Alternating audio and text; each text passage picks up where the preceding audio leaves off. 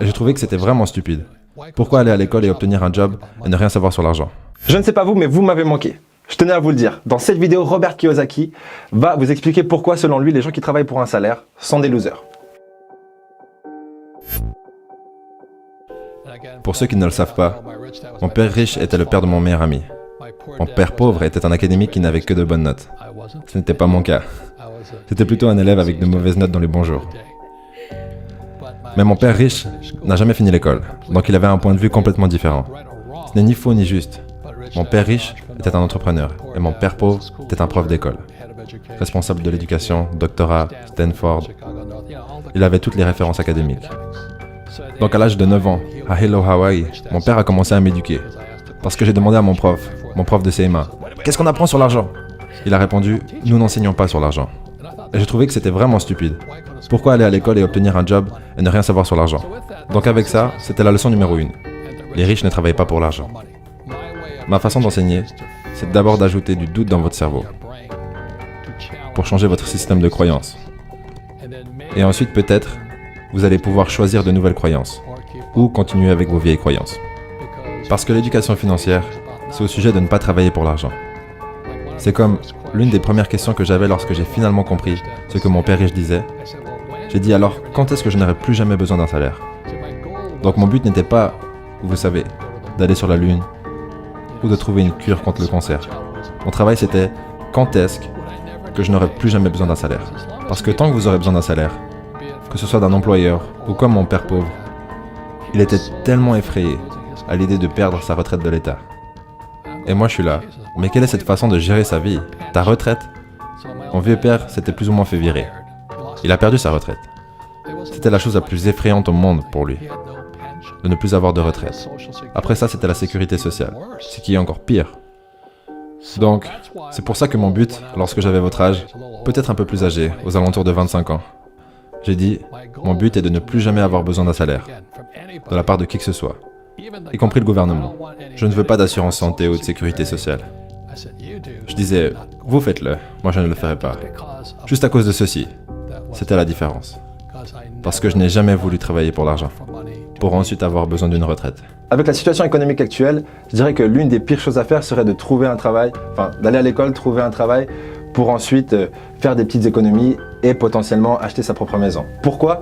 Parce qu'il y a deux gros problèmes dont j'aimerais vous parler. En réalité, il y a bien sûr bien plus que deux problèmes dans l'économie actuelle, mais c'est deux problèmes qui pourraient être intéressants pour commencer. Donc le premier problème, c'est que la génération Y, c'est probablement vous d'ailleurs, c'est les personnes qui sont nées entre 1980, je fais un effort, pas 80, mais 1980 et 2000. Ces gens-là vont devoir payer pour les baby boomers, vos parents ou Robert Kiyosaki par exemple. Et ils sont nombreux. Et du coup, nous sommes beaucoup moins nombreux et nous allons devoir payer pour leur retraite. Ce qui veut dire beaucoup plus d'impôts et de taxes. Et le deuxième phénomène, c'est que ces baby boomers, ils nous laissent une économie pas tout à fait stable. Et la plupart des pays d'Europe et du monde sont très endettés. Qui est-ce qui va devoir gérer cet endettement? C'est également la génération Y. Donc pour le moment, laissez-moi aller à la leçon ici. Donc cela vient du livre Père riche, Père pauvre. Et en voilà quelques distinctions. Donc voilà ce que votre banquier veut voir.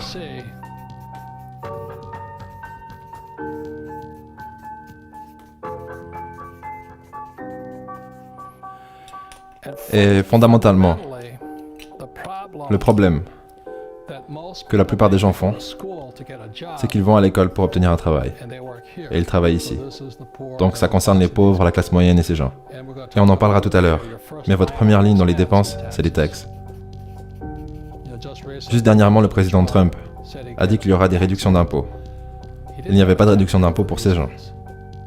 Comme vous le savez, les règles sont toujours écrites pour les riches. Je n'ai pas écrit les règles. Vous pouvez être énervé envers moi, mais ce sont les règles. Les riches créent les règles d'or. Celui qui possède l'or crée les règles. Donc les réductions d'impôts allaient pour les gens qui possèdent des avoirs ici. Vous en apprendrez plus un peu plus tard. Mais c'est pour ça que je travaille. Donc je travaille pour, numéro 1, je suis un entrepreneur. Je veux des entreprises. J'ai de multiples entreprises. Et je n'y travaille pas. Comme vous le savez, vu que vous travaillez ici, vous ne me voyez jamais. Parce que je ne travaille pas pour un salaire. Ensuite, il y a l'immobilier. L'immobilier, c'est bien pour plusieurs raisons, à travers lesquelles nous passerons, mais la première raison, c'est les dettes. J'utilise beaucoup de dettes pour acheter mes biens immobiliers, et je ne paie pas de taxes. Voilà le lien à faire ici. Ensuite, c'est tout ce qui est papier. Et c'est les économies, les actions boursières, les fonds mutuels, les ETF. Je n'ai rien de tout ça. Je n'économise pas d'argent. Je ne joue pas avec ça. Mais c'est ce que la plupart des gens font.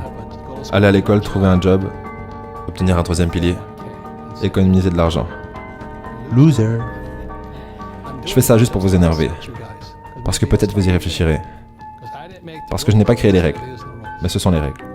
Ces gens-là payent le plus de taxes. Et c'est ceux qui travaillent le plus.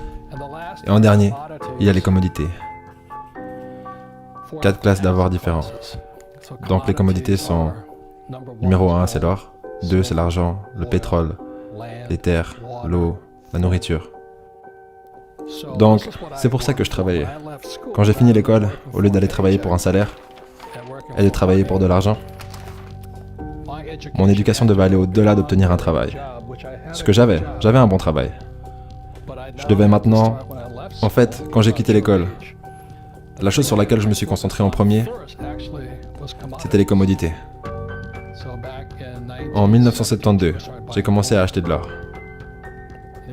C'était illégal pour les Américains de posséder de l'or. Est-ce que vous pouvez imaginer ça? En 1972. Aujourd'hui, vous avez Bitcoin. C'est différent, ok? Tout change tellement rapidement de nos jours.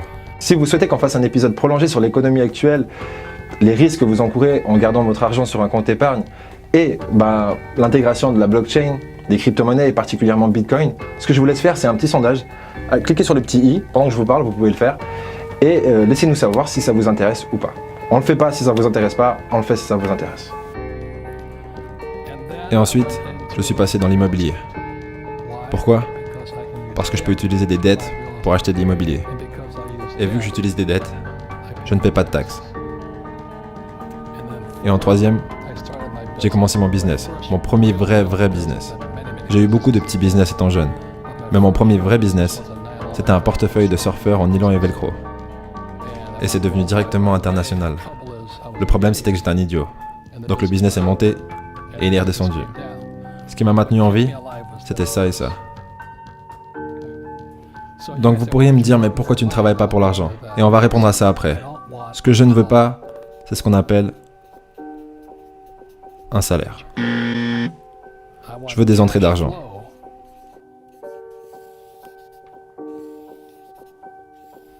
Depuis là.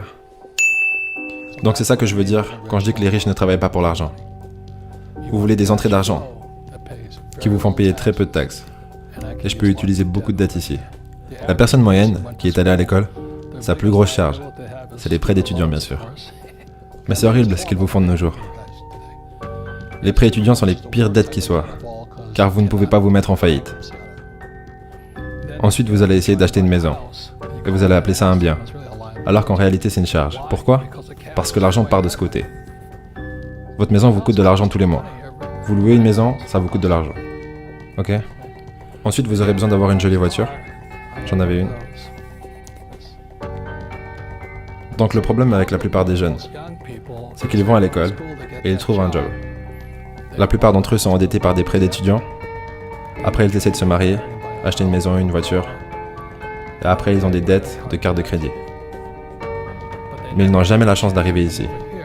Donc quand je dis que les riches ne travaillent pas pour l'argent, je n'ai jamais voulu dépendre d'un salaire, que ce soit d'un employeur ou du gouvernement.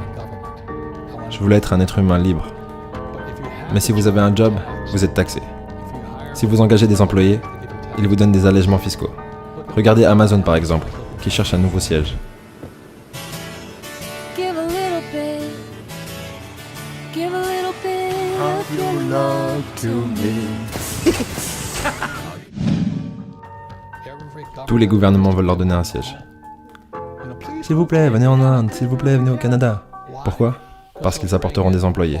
Et les employés payent des taxes. C'est la même chose avec Tesla. Je crois qu'ils ont reçu 50 milliards ou quelque chose du genre de la part de l'État du Nevada parce qu'ils apportent des employés. Je pense que l'un des plus gros dilemmes qu'on subit en tant qu'individu, c'est le choix entre la sécurité et la liberté. Mais les deux sont trop contradictoires pour les avoir les deux en même temps, en premier lieu en tout cas. Parce que soit vous allez profiter d'une sécurité sociale, par exemple, mais du coup vous n'allez pas être libre de vos actions, vous allez devoir agir et faire certaines choses, ou soit vous allez profiter d'une liberté totale, mais par contre le système ne va pas vous payer pour être libre. Et vous allez devoir créer votre propre valeur, vous-même et votre propre sécurité avec le temps. Ma question, peu importe, je parle trop, ma question c'est de savoir qu'est-ce qui vous aspire le plus, la liberté ou la sécurité, et de choisir l'un des deux et de ne pas rester au milieu parce que du coup vous allez être des hypocrites. Donc c'est pour ça que lorsque vos profs vous disent d'aller à l'école et de trouver un job, vous vous dites « Je pense que je vais penser un petit peu différent cette fois. » Mais vous aurez besoin d'un job. Mais vous voulez un job pour l'expérience. Voilà la différence. En ce moment, on pourrait parler de ça. Un autre problème, c'est Bitcoin, le dollar et l'or. Lequel est le meilleur? J'ai 5 trucs à vous dire, ça va aller très vite, vous savez pourquoi? Parce que j'en ai marre et j'ai chaud. Ok, premier point, si vous voulez connaître ma préférence entre le Bitcoin, l'or et l'argent, tout ce que vous avez à faire, c'est aller découvrir ma dernière publication Instagram.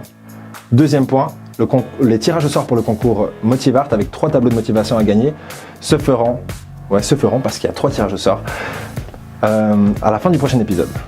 Troisième point, je vous donne rendez-vous sur audible.fr pour découvrir la version longue de cette vidéo avec Robert Kiyosaki et le livre Père riche, Père pauvre qui rentre facilement dans mon top 5 des livres préférés. Et le point 4, il y a énormément de personnes qui nous contactent et avec Ludo on essaie de trouver des solutions pour répondre à tout le monde. On vous en reparlera. Et le 5e point, et le plus important, c'est de vous dire que je vous aime. Ça n'est pas très honnête, mais ça l'était. Au prochain épisode. Oubliez les politiciens.